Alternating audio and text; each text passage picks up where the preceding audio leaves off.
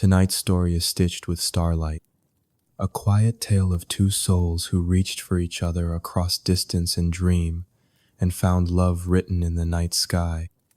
If this kind of gentle story speaks to you, don't forget to like the video, subscribe to the channel, and share where you're listening from tonight. Somewhere out there, someone else might be under the same stars. Now rest your head and listen closely.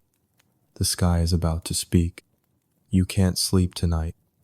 It's not worry, not quite. It's something quieter, like a thought that keeps brushing the edge of your mind but refuses to say its name. Your room is dim, lit only by the amber halo of the lamp beside your bed. The sheets are warm. The world outside your window is still, yet sleep won't come. It feels like something is waiting or watching. You shift beneath the covers, turning to face the window. The curtains are drawn halfway open. You always leave them like that. You like to fall asleep knowing the sky is there. Tonight, the stars are unusually sharp, like someone polished each one by hand. They blink and glitter in their cold, distant poetry. You sit up, not abruptly, just enough to rest your back against the headboard and wrap the blanket around your shoulders.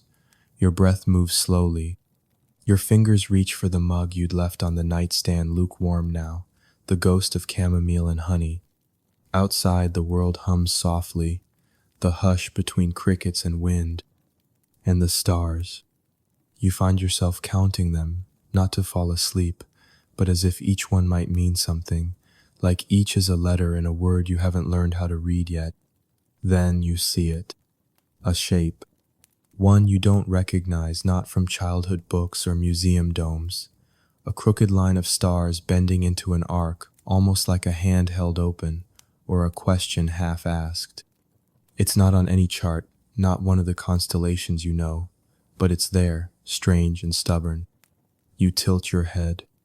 There's a flicker in your chest, something small and silly, but soft. Like the beginnings of a smile you haven't let yourself feel in days. You whisper to the empty air, "What are you?" Of course, there's no answer, only silence and a faint breeze pressing against the glass. Still, the constellation doesn't move. It feels like it's holding still for you. You lean your head back and let your eyes trace the lines between the stars again, slowly, reverently, as if you're reading a letter written in light. Your heart taps a little faster. Not with fear, with something like recognition. Like you've seen this before, but in a dream, or long ago, in a memory just out of reach. Something about it feels like someone. You don't know how to explain that. But the thought lodges itself quietly into the back of your mind. You exhale and whisper again, softer this time. Is someone out there? There's a long silence. Nothing answers you but the wind through the branches, the distant hush of night. But you don't feel alone. Not exactly. Your hand moves toward the notebook resting on the nightstand. You don't even think about it, you just do. It's the one with the blue cover, worn at the edges. You open to a blank page, click the pen, and begin to write. I see you. That's all. No name, no explanation, just that. You tear the page out, fold it once, then twice more. You aren't sure what you mean to do with it. You aren't going to mail it. You aren't going to save it. But you hold it for a moment in your palm like a wish, fragile and real somehow. Then, on impulse, you rise. You step barefoot across the cool floor, walk to the window, and press the folded paper against the glass. You hold it there, staring at that unfamiliar shape in the sky, as if the stars might read it, as if whoever or whatever sent that shape might be looking back. You know it's silly, you know it's nothing, and yet, you feel seen. The night holds its breath, and then just then a shooting star flashes across the sky. Quick, bright, brief. You gasp. You laugh. It's not a big laugh, just a quiet, breathless sound, one that sounds like wonder. You don't make a wish. You don't have to. The wish was in the message, and in the watching. And in the not sleeping, you whisper, "Good night, whoever you are." And somewhere, though you don't know where, a man stirs from sleep. He sits up, just as you did, and outside his window, so far from yours, it might be another world entirely, he sees the same constellation, the same crooked arc of stars, holding still in the dark. He doesn't know your name yet, but already he's listening. Already the stars are speaking. The days are ordinary, full of small tasks, quiet routines, and a familiar rhythm that rocks the hours forward like a slow-moving tide. No one else knows what happened last night. To everyone else, the stars remain just stars. But a seed was planted, something almost imperceptible, a flicker that lingers in the chest like a song half heard and not yet placed. This morning begins as any other. Coffee made, toast forgotten in the toaster, a bath steamed too long, and through it all, a certain restlessness moves beneath the surface, not anxiety, not even longing, just the sense of something left unfinished. When dusk comes, the same window waits, the same curtain, half parted. The air carries the same hush as before. Outside, the sky yawns open again. That constellation is there, exactly the same as if it hadn't shifted at all. It should unsettle, a fixed pattern when the rest of the sky drifts, but instead, it brings a strange calm, like a friend who stays when everyone else leaves. Tonight, fingers reach for the same notebook, the same blue one, the page from before the one with "I see you" rests where it was left, folded and reverent. There's no rational reason to treat it like it matters, but it does. Another page is turned. A pen hovers, hesitates, then begins to move. Is this real? The words are small, simple, but they feel like pulling thread through fabric, something invisible tying two spaces together. The paper is folded, pressed against the window again, not because there's a belief it will go anywhere, but because it feels like a continuation, like answering a voice in the dark, even if it's just an echo. And still, the stars don't blink away. That strange shape remains, holding its breath with the night, far away, impossibly far, in a place where the air smells different and the seasons shift out of sync. Another window glows with golden light. A man sits by it, cross-legged, with an old book open but unread in his lap. His fingers trace idle circles across the spine of the pages. His thoughts are not with the story, they're with the sky. He noticed it last night too. That odd arc of stars. It caught him off guard not because it was unfamiliar, but because it looked like something he remembered from childhood. His grandmother once told stories of the sky. She'd sit on the porch, a wool blanket around her knees, and point out constellations like old friends. But there was one she'd never name, just gesture to with a smile and say, "That one's not in the books, that one listens." He hadn't thought about her in years. And yet, when he saw the arc of stars, something in him stirred, a memory with no edges, a warmth that didn't belong to now. Tonight, he watches it again. The same shape, no change. It waits, almost deliberately, as if it knows he's watching. He says nothing at first, just observes. Then his voice, low and unsure, breaks the quiet. Is someone there? No one answers, of course. Only the wind moving softly through the trees outside his home. But something doesn't sit right with silence tonight. Not the heavy kind. It's a quieter quiet, full of attention. He leans back in his chair and lets the book fall closed in his lap. From the side table, he picks up a pencil and an old envelope. On the back, he draws not well, but with care. He sketches the constellation, the arc, the crooked cluster of points, and beneath it 3 words, "I see you." He stares at the message for a long while, then laughs to himself, quiet, bemused.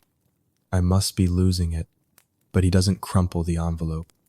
Instead, He rested on the windowsill, and for reasons he couldn't explain, if asked, he leaves the curtain open. Across the world or across whatever lies between two people who don't yet know each other, sleep comes late again. The room darkens slowly, shadows slipping across the walls like spilled ink.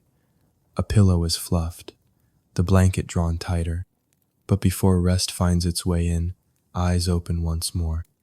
The notebook is reached for again, hands moving almost without thought.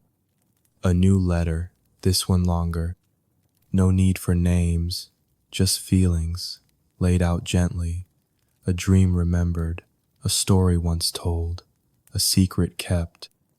Each word written as if someone might be listening, not reading, listening. As if the stars are not just light but language. The letter ends with a question. Did you write back? The paper folds, not tucked away this time, slipped into the pages of a book that sits near the bed, one with stars on the cover and worn edges from being held too often. There's a comfort in placing it there, a feeling that if the message is needed, it'll be found, and maybe answered. Far away again, in his world the man dreams. In the dream, the stars don't blink. They burn steady like lanterns in a corridor of time. He walks beneath them, barefoot across cold stone, chasing something he doesn't recognize until he's close enough to touch it. It's a voice, soft and familiar, saying, "Did you write back?"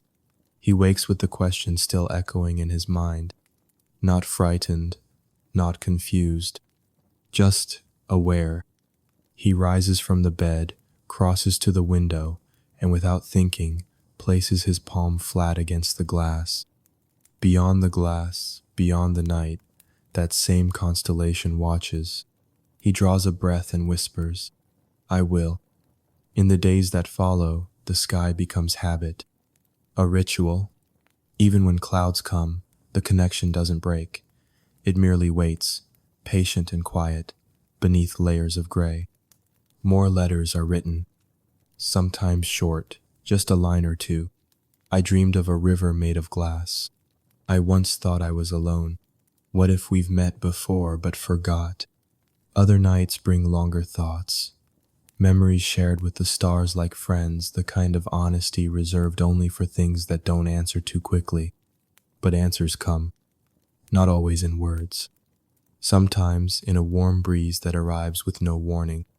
Sometimes in dreams where two figures sit on a hillside, never turning toward each other, but always watching the same sky. Sometimes in the sudden, silent certainty that someone, somewhere, feels the exact same thing at the exact same moment. And that's how it begins. Not with a spark, but with the steady pulse of something ancient remembering itself. A rhythm older than language, a conversation older than names, a love letter passed between stars, and soon neither of them will want to stop writing. Some nights are quiet on the surface, but alive underneath. This is one of them. A stillness coats the world outside. No wind, no barking dog down the street, not even the usual hum of traffic. Just the low whisper of darkness resting over rooftops. Even your home, usually creaking somewhere in the walls, seems to pause in breathless silence.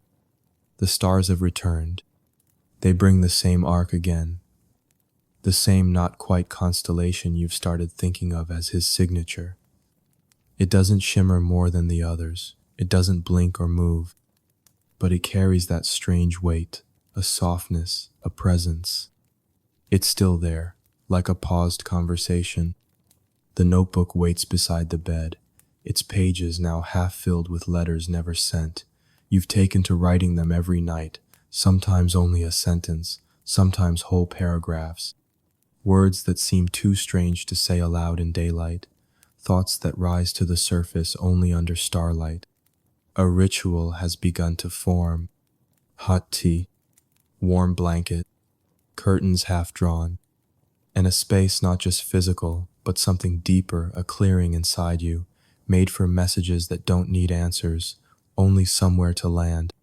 Tonight feels different, though.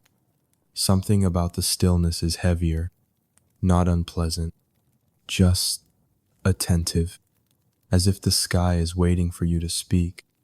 The pen slips easily into your hand. The page sighs beneath your wrist as you press into the first line. You are there again.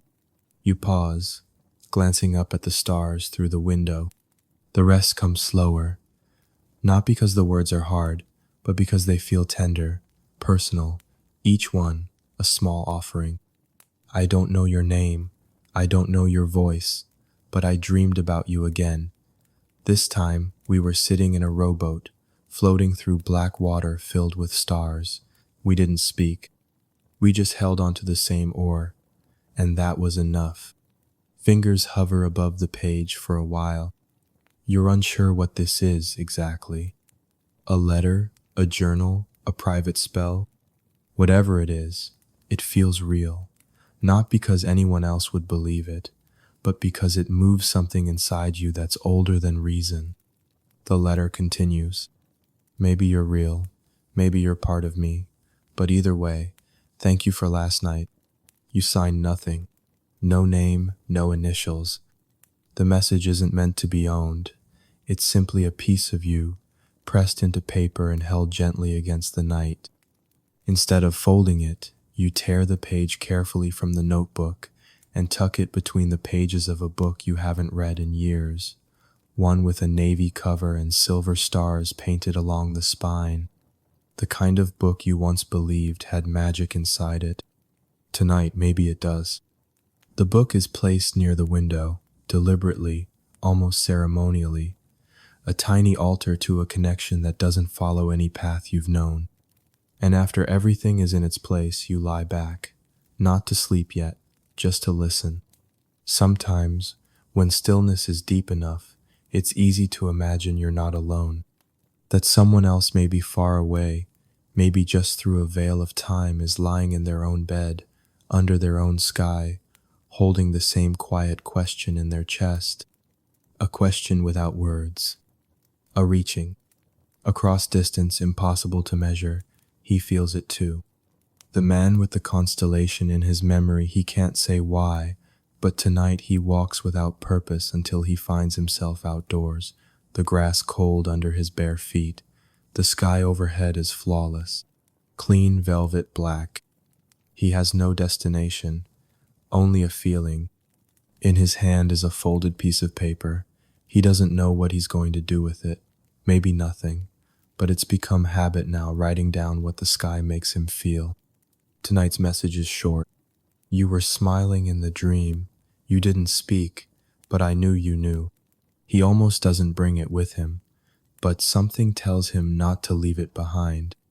He ends up in the garden behind his house, no light but starlight, the cold hum of the air sharp enough to sting, but not enough to chase him back inside. He kneels near the roots of an old tree, one that's been there longer than the house itself, and presses the folded message into the soil beneath a flat stone, not to bury it, just to leave it somewhere the earth might remember. And then he looks up. There it is again, that strange, not on any map arc. Tonight it feels closer, not physically, just somehow more certain, less like a curiosity and more like an answer. He places one hand flat to the ground, eyes closed, breath slow. In the darkness behind his eyelids, he sees her. Not clearly, not her face, just the way she sits with her knees pulled close, a blanket over her shoulders, the way her gaze always reaches upward, her stillness. There's a comfort in knowing someone out there might be doing the same thing, stargazing, wondering, speaking through the quiet. Later, the two of you will wonder separately and in your own time how it all began, what the turning point was, when curiosity became communication, and when communication became something more sacred. But not tonight. Tonight is gentle, wordless, trusting. The sky tells no secrets. It only listens. You slip beneath the blanket, no longer resisting sleep. And just before drifting off, the thought arrives as calmly as a tide rolling in. He saw it too. He must have. He had to. That's why the stars haven't moved. That's why the same shape appears each night. Why it feels like something is watching with care, not menace. Why a reply came in dreams, even if it wasn't written in ink. This isn't coincidence. It's correspondence. No paper needed. No addresses. No stamps. Just breath and night and hope. The lamp goes off with a click. Darkness settles in. Outside, the stars hold their shape. And for the first time in weeks, your heart rests without resistance. Whatever this is, it isn't lonely. It doesn't happen all at once. There's no single night where everything shifts. Instead, it builds slowly the way tides learn the shape of the shore, how they return again and again, patient and certain, without ever needing permission. The quiet communication you've begun isn't daily, not exactly. Some evenings pass without a word, or a message, or even the notebook opening. There are nights when you fall asleep early, too tired to sit by the window. Other times, the stars are hidden behind cloud banks, their light muffled by rain. But the connection doesn't disappear. It rests, waits, and then resumes again, as if no time passed at all. A rhythm develops, not guided by discipline but desire, not an urgency but a comfort, a habit that feels like tending a garden you don't yet understand. Words are planted, folded away, trusted to travel without direction. One night, you write him a story. It begins with a girl in a forest who follows a fox made of light. She's not looking for anything, just walking. But wherever she steps, stars begin to grow in the soil. When you finish, the stars outside your window seem a little brighter, or maybe it's just your mood that shifts lighter, warmer, stretched open by imagination. You place the story between the pages of that book with the silver-spined stars, the one that's now become your secret postbox. It's never opened by anyone else, but sometimes you wonder if it glows when you're not looking. Across the space where your thoughts reach, whether across continents or veils or dreams, the man finds the story. Not literally, not the paper or the book, but he dreams of the same fox, darting between trees, tail trailing stardust behind it. He sees her too.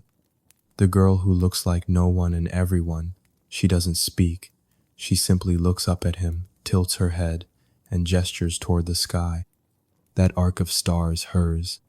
When he wakes, he's left with two clear feelings: the faint ache of a dream fading, and the overwhelming certainty that someone sent it. He doesn't doubt it anymore. This isn't coincidence. This is conversation. His notebook, once blank for months, has now begun to fill. Some pages are messy, scribbled lines, half-thoughts, memories unearthed at random. I used to pretend comets were gods throwing candles.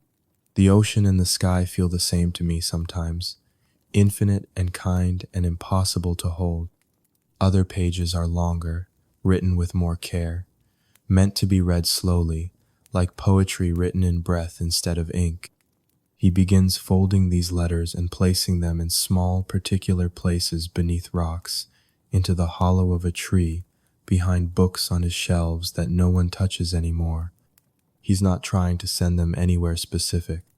He's just making sure they're offered. That's what it feels like, now not sending, but offering, letting his words move the way starlight does, freely, quietly, without asking for anything in return.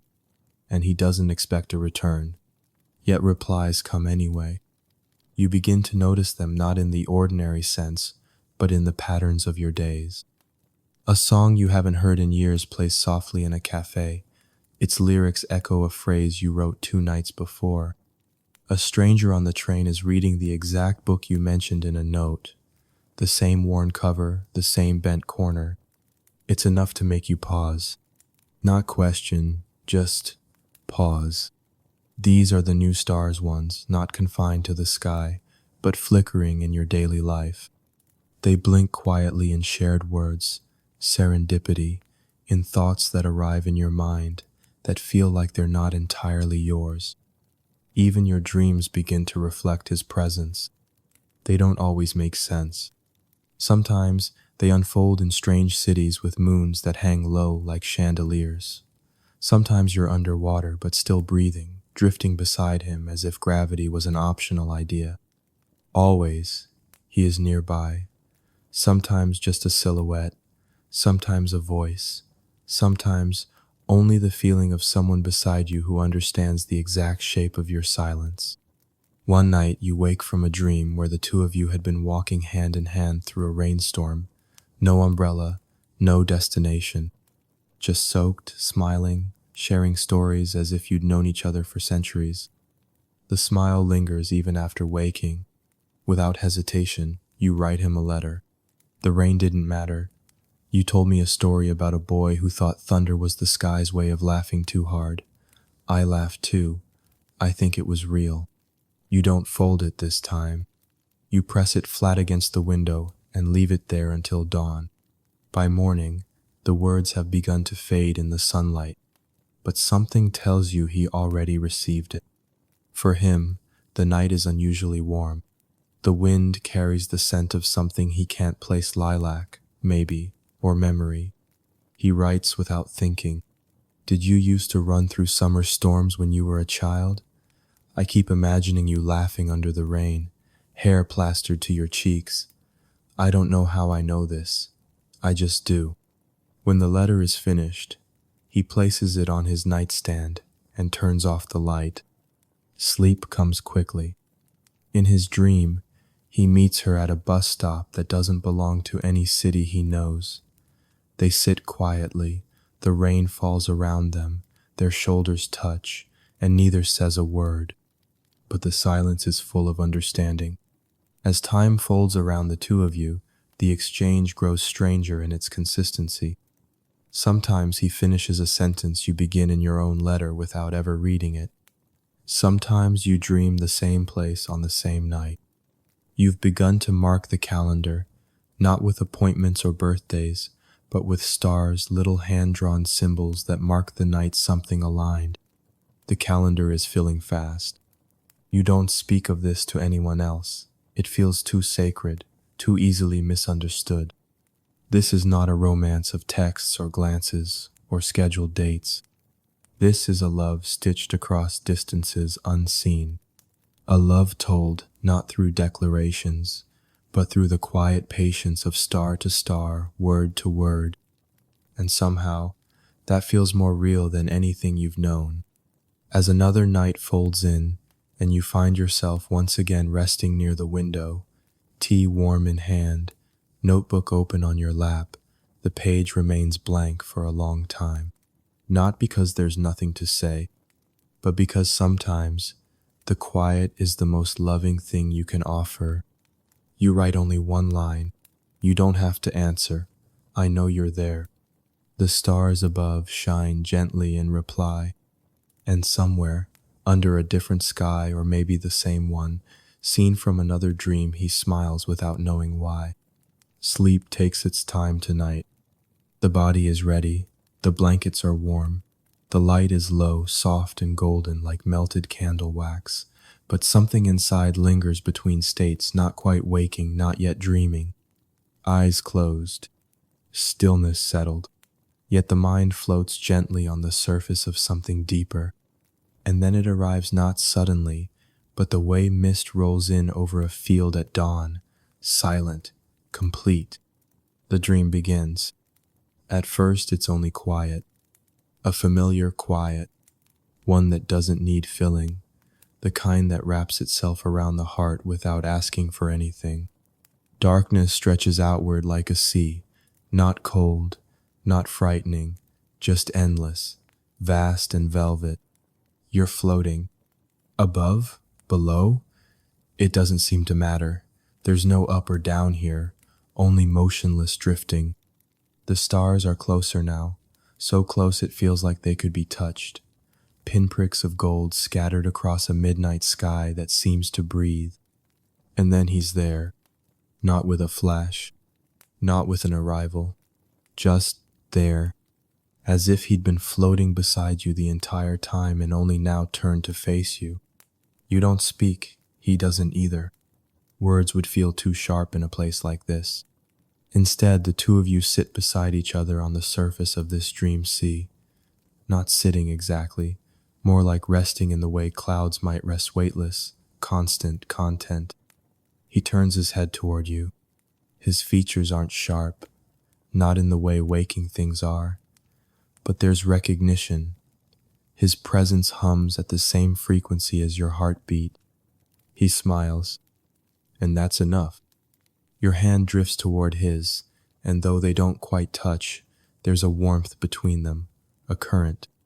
His fingertips glow faintly with starlight. Yours answer, shimmer for shimmer. Somewhere in the distance, a soft sound begins to swell. Not music, not quite, just the vibration of something ancient remembering itself. You both look up. The stars begin to move. They shift slowly across the dream sky, drawing patterns neither of you have names for but both understand, constellations rearranging like letters on a page, each one a sentence, each glimmer a word. You read together silently, the way one reads a language never taught, only known. He breathes in, you breathe out, and somehow that feels like a conversation. When your eyes open, the morning is pale and still. No alarm, no urgency, just the soft awareness of having come back from somewhere far and kind. The weight of sleep still clings to your limbs, warm and velvet.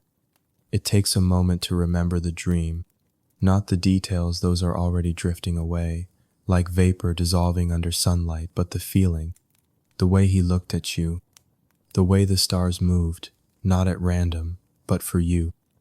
The memory wraps around your chest like a silk scarf. You reach for the notebook almost without thinking. The pen meets the page before your feet meet the floor. You write, I saw you again. We didn't speak, but I think we said everything. The stars spelled something. I couldn't hold it, but I understood it. Did you? The message ends with a line that's more of a whisper than a sentence. Thank you for being there. You press the page flat, then tuck it into the pocket of your coat. Later, when the wind feels just right and the streets are quiet, the letter will be slipped into the hollow of an old tree in the park, where the bark splits just wide enough for secrets. No one will see, but maybe, somehow, he'll find it anyway. Elsewhere, wherever elsewhere might be, the man stirs from sleep. His chest feels fuller than usual, as though something loving was pressed into it during the night and left behind like a kiss he can't name. There's no rush to rise, no obligation strong enough to break the spell of this morning. He lays still, eyes open to the ceiling, watching invisible shapes drift across the surface of his thoughts. In his dream, he remembers you. Not your name, not your face, but the weightless presence, the nearness. The stars moved for you both. They spelled something he didn't know how to keep, but still felt in his bones. He turns his head toward the window. It's overcast. No stars now, but the same sky is out there, just hidden, resting behind veils. His hand reaches for the notebook, now dog-eared and nearly full. He writes slowly, deliberately. You were quiet, but it said more than 1,000 words. I saw the way you looked at the stars. I saw the way they looked back. I think they remember us. The words continue across the page, soft lines about drifting, about warmth, about silence shared between souls. When he's done, the letter is folded and placed inside a drawer he rarely opens. But today, it feels like the right place. Because some drawers aren't for storing things. They're for waiting. That evening you sit beneath a twilight sky. No dream this time, just waking hours made sacred by memory. The stars are late to appear, but eventually they do one by one, each sliding into place as if cued by the orchestra of night. And there it is again. The arc. Always waiting. Always steady. A smile drifts across your face, soft, secretive, full of wonder. No letter tonight, just presence. You rest a hand on the windowsill and whisper, I remember. Not to yourself, not to the sky, to him, wherever he is, whatever his world looks like. You know he'll understand, because last night you spoke in dreams, and the stars, they listened. Daylight doesn't change the sky, not really. It simply hides it. Even under blue and sun and cloud, the stars remain exactly where they were, waiting. He knows this now. He doesn't need to see them to feel their presence. They've become constant, like breath, like heartbeat. Even when the sky is bright and ordinary, the arc lives in the back of his mind, drawn there like a quiet promise. Lately his hands have been restless, not with work, not with routine. Restless in the way artists get when something wants to be made. He doesn't call himself an artist. Not really. But there's a drawer full of pencils and folded paper that tells a different story. This morning, the drawer is opened. Not on purpose, not with intent, just casually. Fingers hover above the tools for a moment before selecting a piece of charcoal and a scrap of thick, off-white sketch paper, the kind with soft teeth, ready to hold memory. He doesn't know what he's going to draw. That's how it always begins. The hand moves anyway. It starts with the arc, that now familiar constellation, scribbled with gentle pressure. The curve is imperfect, it always is, but the shape is unmistakable. From there, the drawing shifts. Lines begin to drift down, like rain, then bend inward, circling something central. He shades, then softens, smudges a little with his thumb, adds pressure, lightens, steps back. And then it happens.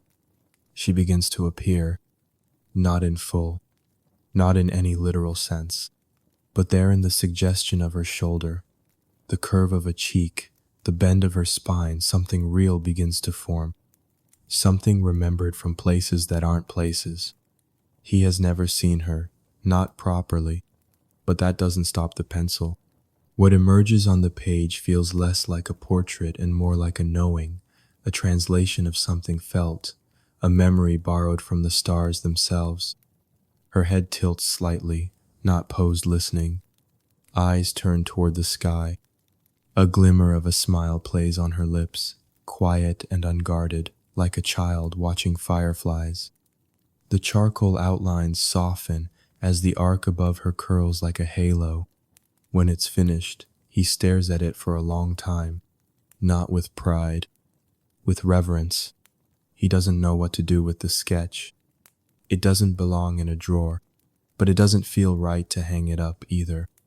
Instead, he props it on his desk, leaning it gently against the wall just beside the window, so that when night comes and the stars return, the drawing will face them, so she can watch them too.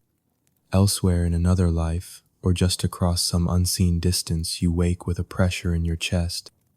Not pain, not sadness, a pressure like you've been remembered, and maybe you have. All day, that feeling lingers like someone said your name in another room. The air seems charged, heavy with meaning. In the puddles on the sidewalk, the glint of sunlight, in the shadows of trees, in the way strangers look a beat longer than usual, as if recognizing something in your face they can't place. It continues into evening. When the sky dims and the stars begin to climb, you're already waiting at the window, warm mug in hand, pages open across your knees. Tonight's message is short. You don't need many words. Were you thinking of me? It isn't sent anywhere. Just left open, like a door between two quiet rooms. Back at his desk, he writes too. Beneath the drawing, he places a sticky note. It reads, You were turning your head, looking up. I think you were smiling at me.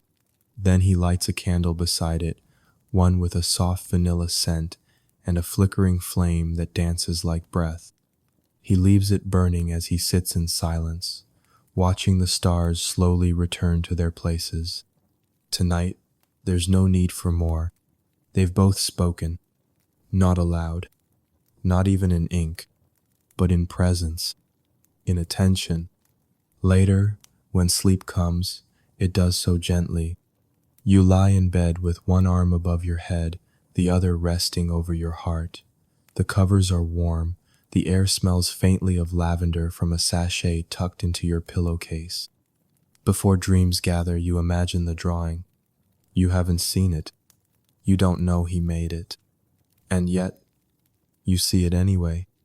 In the quiet drift before sleep, you picture his hands, the way he leans in close when he sketches, the way he presses his thumb into the paper to blur a shadow near your cheek. You feel the moment he paused, when he looked at what he had made, when he saw you, not just a version, not an idea, but you.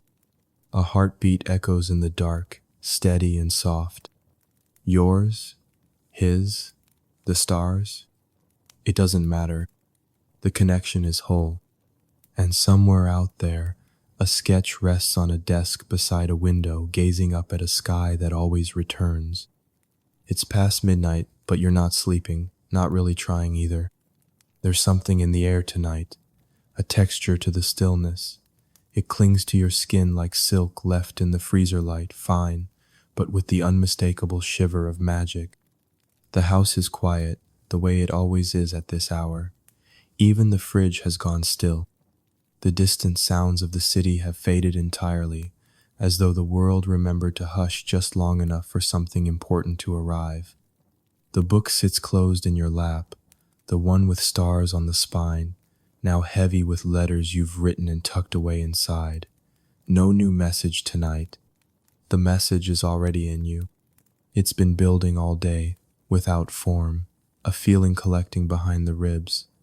Gentle at first, like steam on glass, then heavier, insistent, waiting to take shape. And tonight, it does. Not as a dream, not in writing, but aloud. You stand, move slowly to the window. The curtains fall back with a whisper. And there they are, the stars. That arc again, fixed and silent, waiting, as always. You lean forward, one hand on the cold sill, the other curled near your chest. Lips parted, heart pounding softly, not with fear, but with the pulse of knowing this moment is real, whether anyone else would believe it or not. The first words come like breath. Where are you? Barely audible. But they carry weight. The air doesn't respond, but the stars gleam a little harder. Or maybe it's your eyes that do. I keep thinking, you continue, voice still hushed, that if I could find the right place, or say the right thing, I might reach you, like truly reach. You pause. A laugh escapes you, not bitter, not dismissive, just soft, surprised at yourself, at this strange intimacy you've built with someone whose name you don't even know. Or maybe you do. Maybe not yet with your mouth, but in the spaces that matter, you speak again. I dreamed we touched. That confession hangs there for a long moment, carried upward, you imagine, to orbit with the starlight. I don't know if you're real, you add, but I believe in you. That's the part that surprises you most, how certain that belief feels, even now, as the words fall into silence. Your eyes close, forehead resting lightly against the window pane. The glass is cool. The stars are steady. And for a moment, just a moment, you feel something shift. Not sound, not light, just a quiet echo deep in your chest, as if someone somewhere has heard you. On the other side of whatever separates you, miles, years, or something less easy to name, a man sits up in bed. He's not sure why. There's no noise, no dream that startled him awake, but his breath caught for a moment, and now it moves too slowly, like it's listening for something. The room is dim.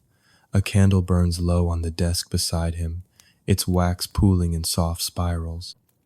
He swings his legs over the edge of the bed and moves to the window. The stars are waiting for him, too. He doesn't speak. Not yet. But something inside him already knows what you said. He feels the residue of it like fingers brushed across his chest. Not pressure, not heat, just awareness. It makes him tremble, not from cold, from recognition. He exhales slowly and rests both hands on the windowsill. His eyes rise to the constellation, that crooked arc, now so familiar it feels like an old companion. Tonight it looks brighter, sharper at the edges, as if responding.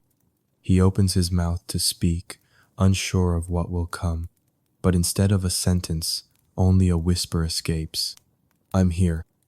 Across the distance, your eyes flutter open. You hadn't realized they'd closed. Something stirs beneath your skin, the way warmth rushes in when a blanket is pulled tighter. No sound, no message. And yet you heard him. You swear you did. A thought flashes through your mind, fast but vivid. I'm here. Was it him? Or just hope taking on a voice? You don't care. You accept it either way. The response is real because it matters, because it reaches you. You sit back on the edge of the bed and draw your knees to your chest. The mug of tea beside you has gone cold, forgotten. Still, your hands curl around it, not for heat, but for something to hold. I want to meet you, you murmur. It's not a wish tossed out casually, not a fantasy. It comes from somewhere deeper, somewhere old. I don't even know what that means, you admit, or how, or when. You glance back at the sky, and something in you swells. But I want to. The words are simple, but they shift the room, as if the very air leans closer to hear them. That night, sleep comes slowly, but not with the heaviness of worry. More like the gentleness of falling through water, slowly, peacefully, cradled by something larger than yourself. And in the dream, he's there. This time, not as a shadow, not distant. He stands across from you, just out of reach, in a place that doesn't resemble anywhere you've ever known. No walls, no ceiling, just open night stretching in all directions. Your feet don't touch ground, yet you don't fall. He holds something in his hand. You can't quite see it. A shape, a glow, but it pulses softly, as if alive. You take a step forward, then another, and when you're close enough, he opens his hand. A small stone rests in his palm, etched with your own handwriting. I dreamed we touched. You look up at him. He says nothing, but his eyes kind, familiar answer for him. This is the night you speak aloud. And now he has spoken back, not in sound, not in language, but in knowing. In the waking hours that follow, the world looks almost unchanged. Sunlight filters through the blinds. The kettle whistles faintly in the kitchen. Shoes go on, doors open, life continues. And yet something is new. Inside the coat pocket, fingers brush something small and unexpected. Paper, folded. You unfold it slowly, pulse quickening. It's one of your letters, one you don't remember putting there. The handwriting is yours, the words too, but something about them feels foreign now, like they were written by someone who knew less. It reads, I don't know if you're real, but I believe in you. You close your fingers around the note and press it to your chest. Somewhere, far from here, someone smiled when you wrote that. And maybe, just maybe, he's smiling now. For days, you go about things as usual. You wake, you dress, you move through spaces that feel familiar, even comforting. The world keeps its ordinary shape, people speaking softly in cafes, dogs walking beside their humans with wagging tails, the scent of fresh bread in the morning air. But something underneath all of it has shifted.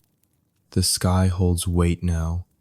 Every time you glance upward, it looks back. Not metaphorically, not as a trick of the light. It looks back. You've always believed the night was vast and distant and full of quiet indifference. But now, when the stars appear, when the dark folds open and reveals that strange arc you've grown to trust, it doesn't feel like you're looking at something far away. It feels like standing at a window and realizing someone is standing on the other side, watching gently, patiently, and, more than that, listening. On the fourth night since you spoke aloud, since you felt him answer without sound clouds roll in, the sky vanishes behind them. No stars, no arc, no answer. But you don't panic. It doesn't feel like absence, more like hiding. The way a beloved covers their face with a blanket, only to peek out moments later with a grin. You smile to yourself in the dark and whisper, I know you're still there. The clouds don't part, but they don't need to. You fall asleep with your head close to the window, the blanket tucked around your shoulders like a promise. And in the dream he's waiting. He stands beneath a sky that pulses violet. Above him, stars wheel slowly in long curved spirals, like galaxies drawn toward a center neither of you can see. He's holding something. You recognize it before he opens his hand, a page, folded in thirds, edges slightly bent, your handwriting visible along the crease. This time he reads it aloud, the words you wrote not long ago. The voice is warm, lower than you expected, but calm, grounded, like an anchor dropped gently into the ocean floor. When he finishes reading, he doesn't speak again. He just looks at you. His eyes say everything. I heard you.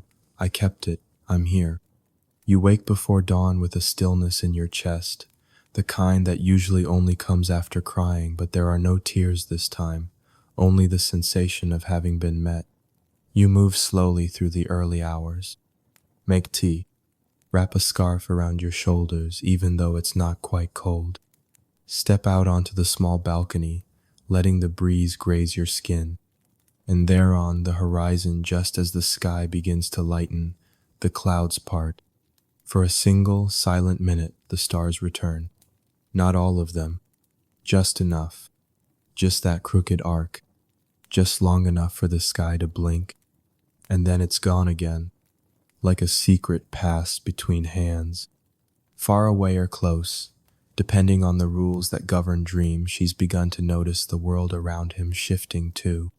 It starts with light, a glow that appears near the edges of things, behind curtains, along hallways, around his fingers as he reaches for the kettle in the morning.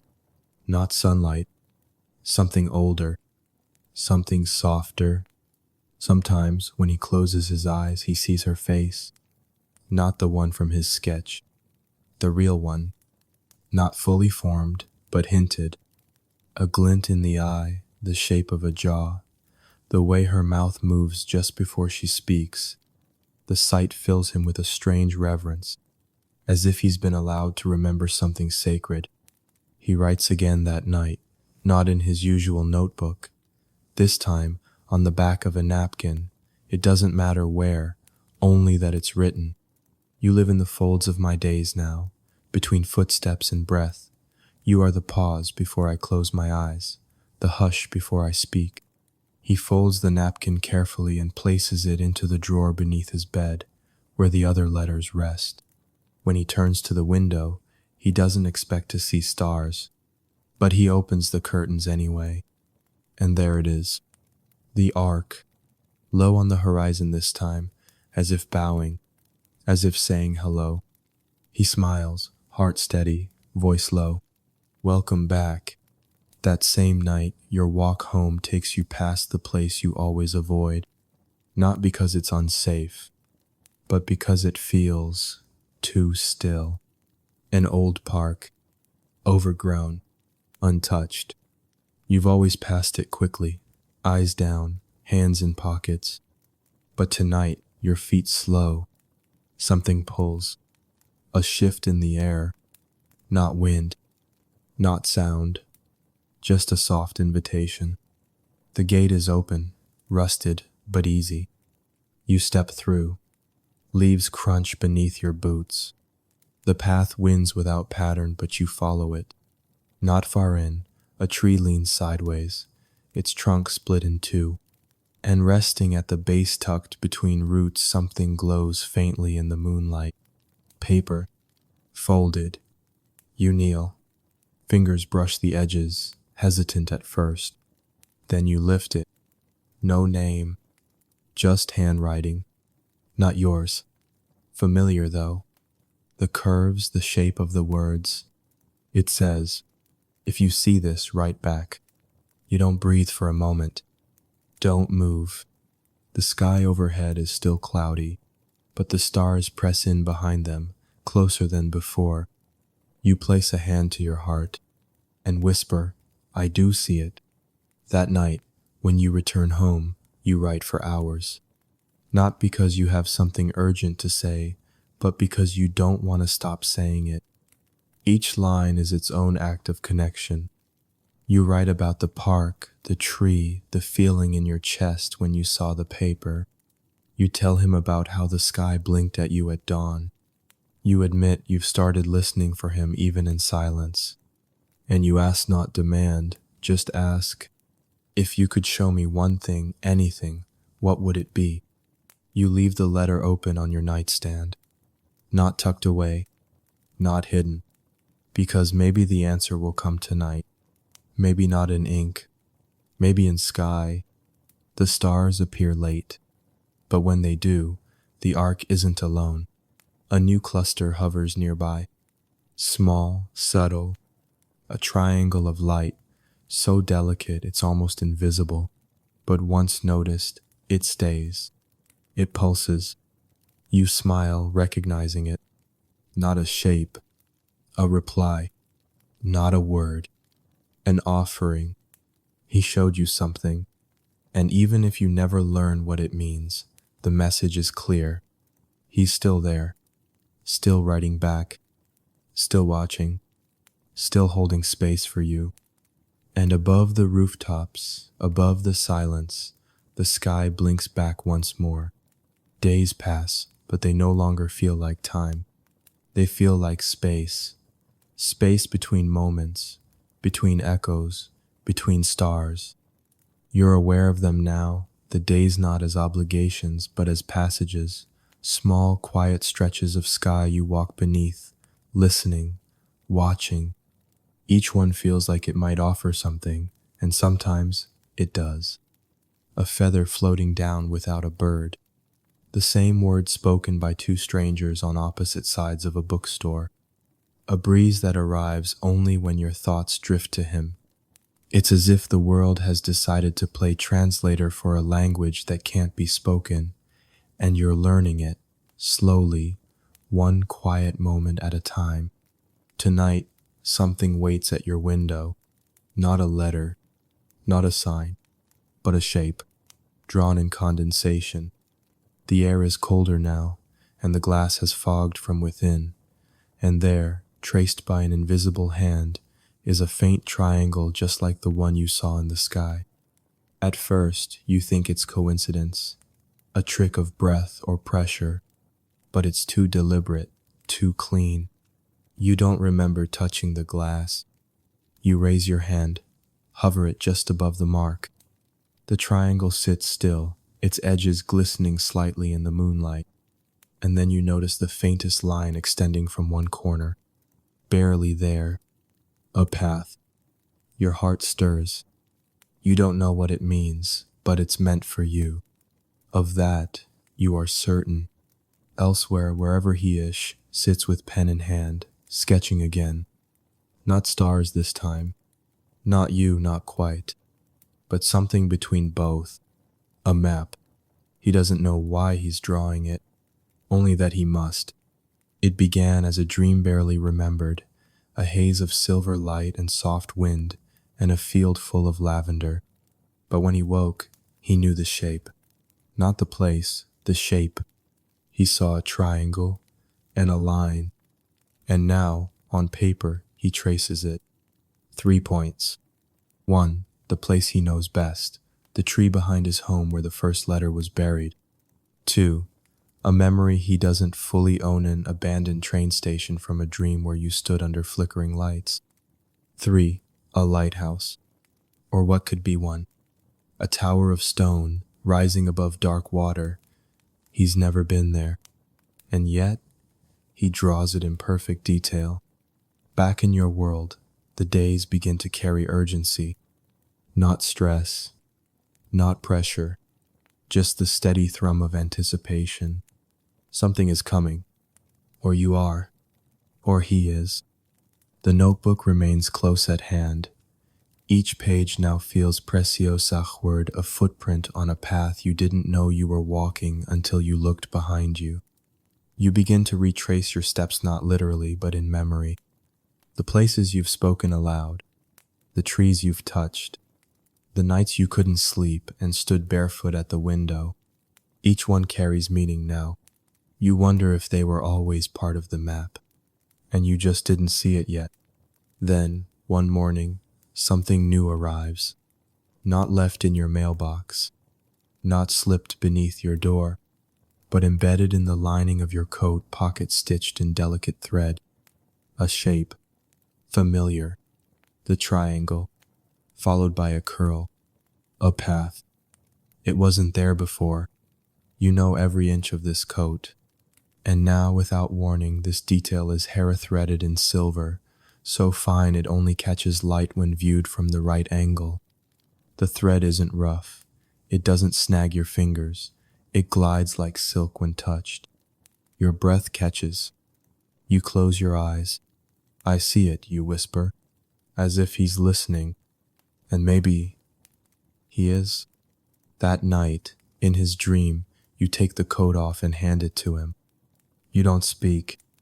You only point at the lining. He studies it, then looks up at you. The triangle glows faintly. When he wakes, he's already reaching for the map he sketched days ago. He doesn't know why he draws the same shape again. But this time he adds something new.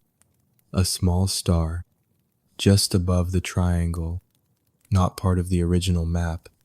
Not part of the dream. It comes from nowhere. But it feels like the center, the destination. You wake from your own dream feeling light, like your body is made of breath and memory. And you know, you're supposed to go somewhere. You don't have a name for it, not a real world one, but the shape has taken root in your bones. A triangle, a curl, a star. You pull out the notebook and draw it again, slowly. This time, you add your own detail. A circle around the star. Protection.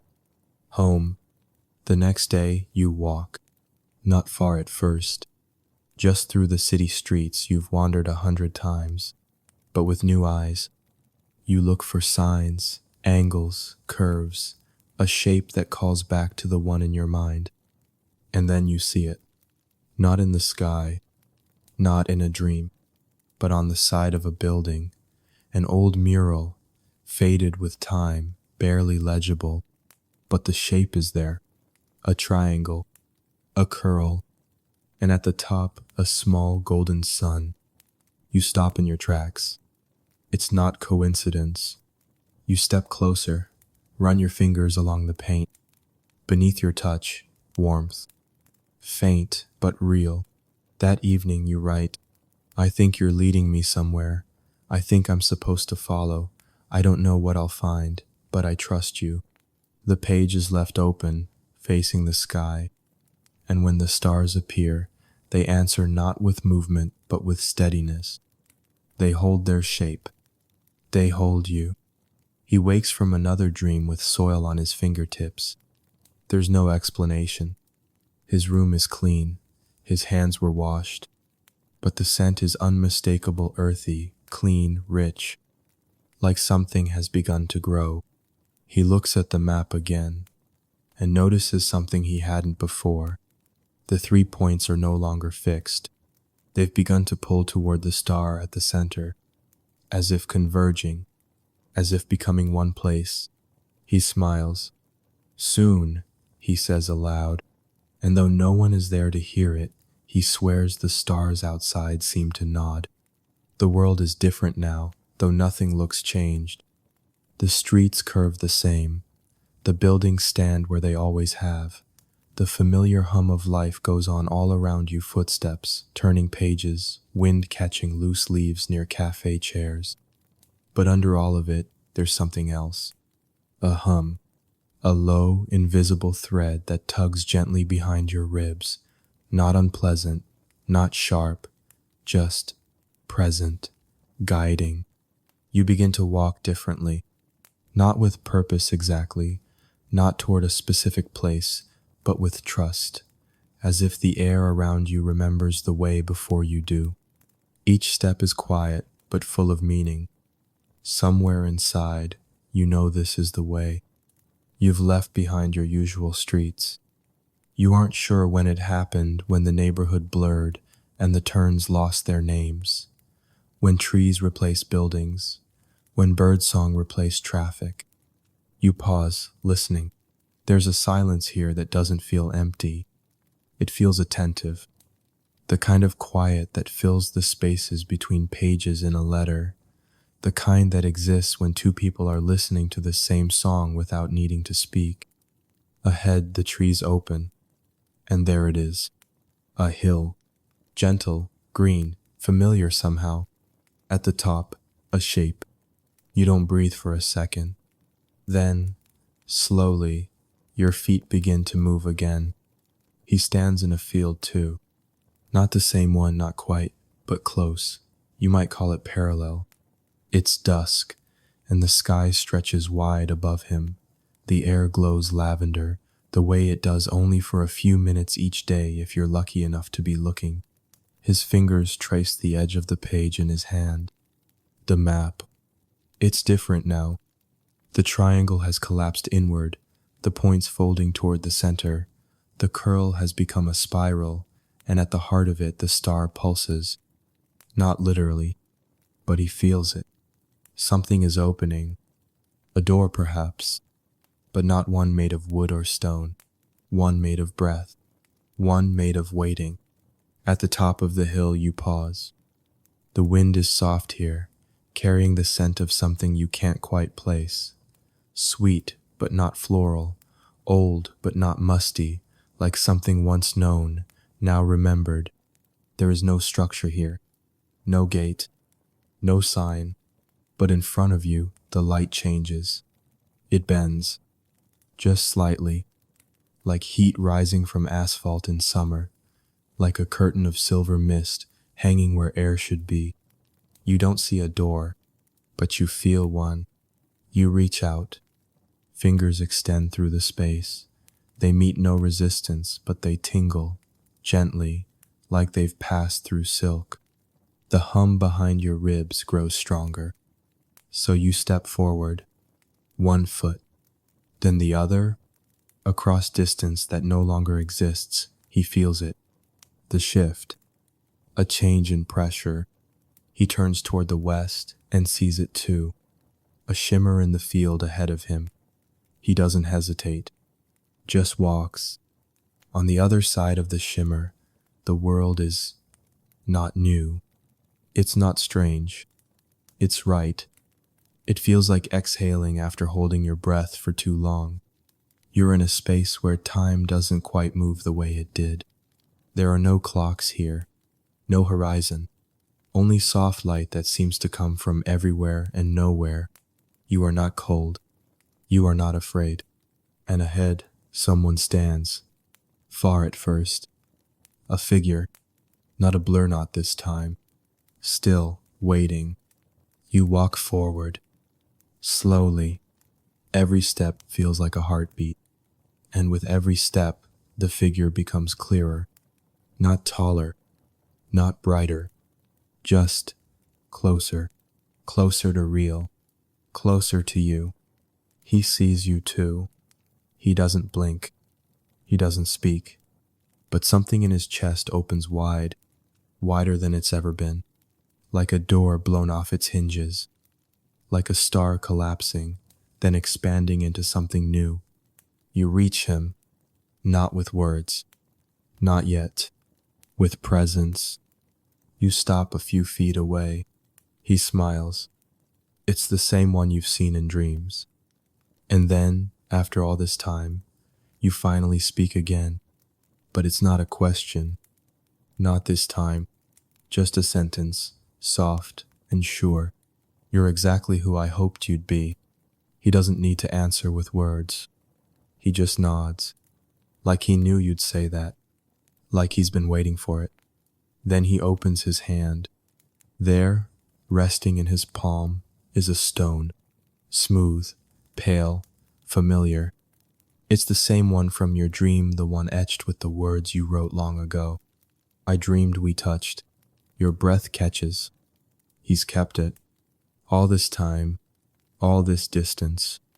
You reach out, and this time your hand touches his. It's not a shock. It's not a spark.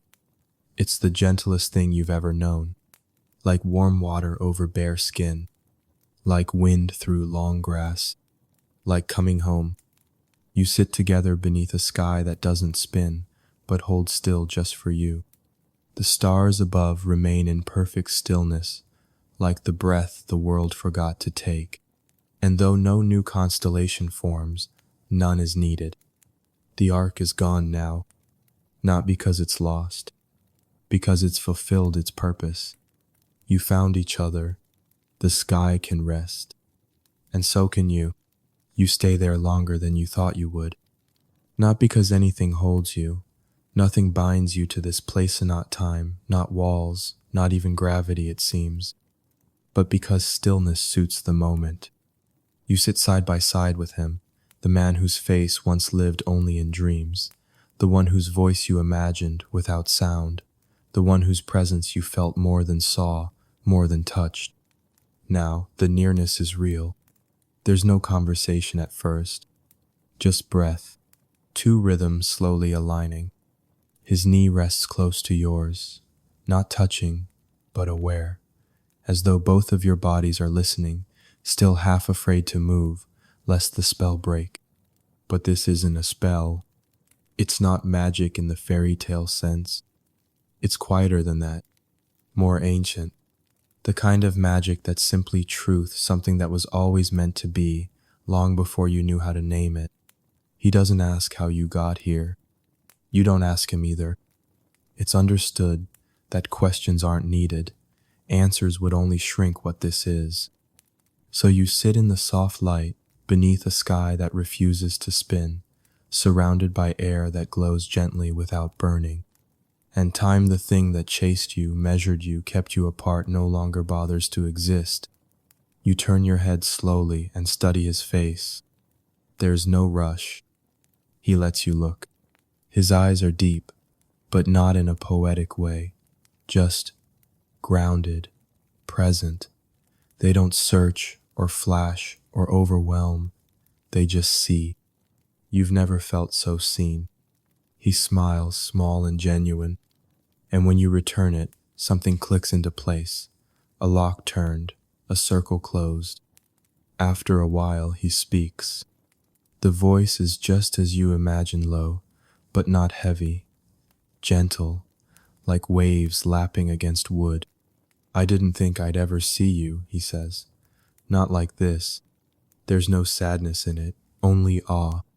You lean your head to the side. I wasn't sure you were real, you admit. A pause, then almost shyly.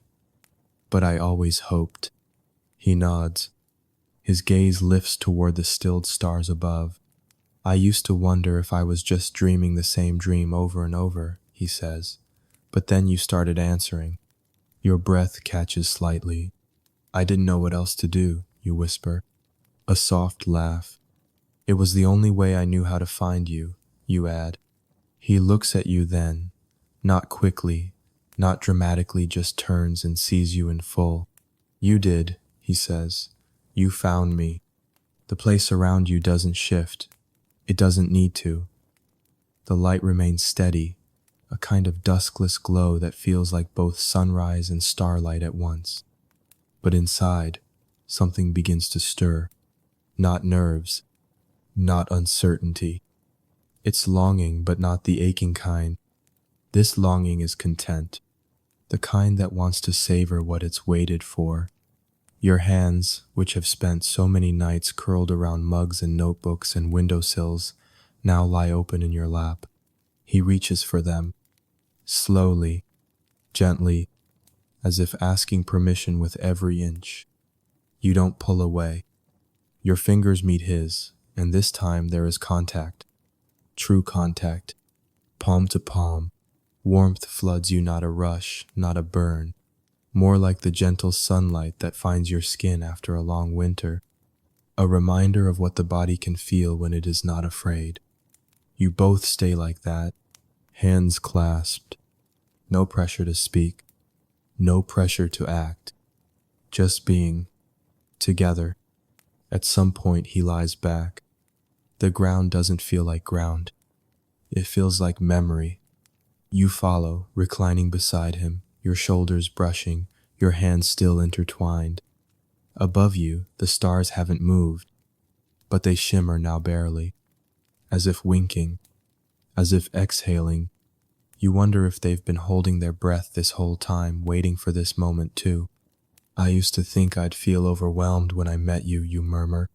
His voice comes without delay. But it's calm, isn't it? You nod. It's not electricity or fire. It's not music swelling or hearts racing. It's stillness. The deepest, most sacred kind. Like settling into a room you've walked past 1,000 times but never dared to enter. Until now, your head turns toward him. The angle is slight, but enough. He's already watching you. And when your eyes meet, neither of you looks away. You speak again, quieter than before. I wrote you for so long. I read every word, he replies. A pause, even the ones you never sent. Something in your chest unfolds. You didn't know you needed to hear that. But you did. You really truly did. You think back to every letter, every line, every moment spent at the window, writing into the dark. They weren't wasted. They weren't unanswered. They weren't echoes into nothing. They were bridges. Stone by stone, word by word. You built something, together. He shifts, just slightly, and raises your hand to his lips. The kiss is light, a breath, but it roots you, more than any word ever could. No clock ticks, no sun shifts, but something in you knows. This is where the story always wanted to go. This is the moment it wrote itself toward. Not an ending, not even a beginning, but the place where the two halves of the same voice finally merge, where I and you quietly become we. You lean your head against his shoulder. He lets out the kind of sigh people make when they've stopped searching, and together beneath the stars that once carried your messages, you rest. At last, together. There's a moment when even the stars stop speaking, not because they have nothing left to say, but because they no longer need to. Silence, once something you feared and heavy and unsure, now feels like home. You lie beside him, shoulder to shoulder, fingers threaded through his, not holding tight, just resting. The sky above hasn't moved in hours, or maybe time isn't measured here. Maybe time gave up the moment the two of you touched. The stars watch quietly, their light no longer pulsing with messages or longing or the quiet ache of distance. They are simply present now, witnesses, companions. The arc, the strange and crooked constellation that started all of this, has faded. Not vanished, just softened. You think of it not as gone, but as fulfilled. Like a letter read too many times to remain on the page. Its meaning now lives elsewhere.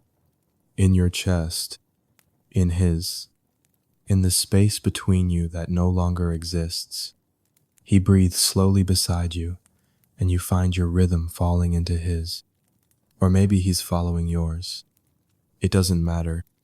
There's no longer a before or after here. No longer a question of who reached out first, who dreamed who whispered into the sky.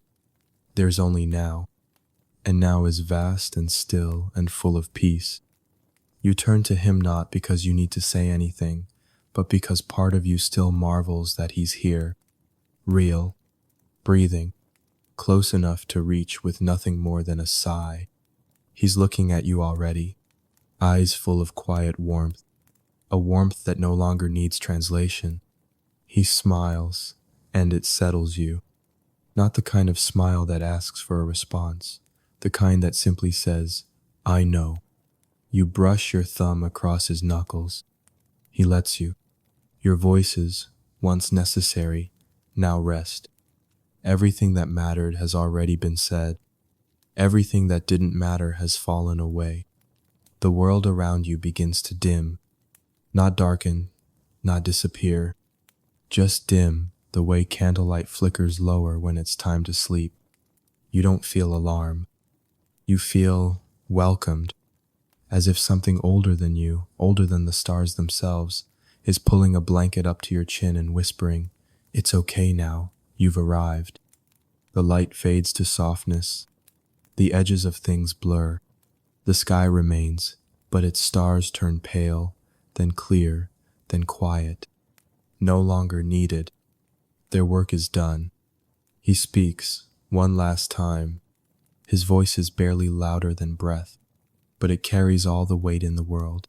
I waited so long, he says, I'd wait again. You press your forehead to his, and your answer is a whisper. You don't have to. Somewhere far away in a park bench, in a field, behind a curtain, in a dream a version of you sleeps. And in that sleep she smiles, because she remembers. Not the details, not the how, but the feeling of having found someone, somehow, through a map made of stars and longing and patience. And in that memory, peace.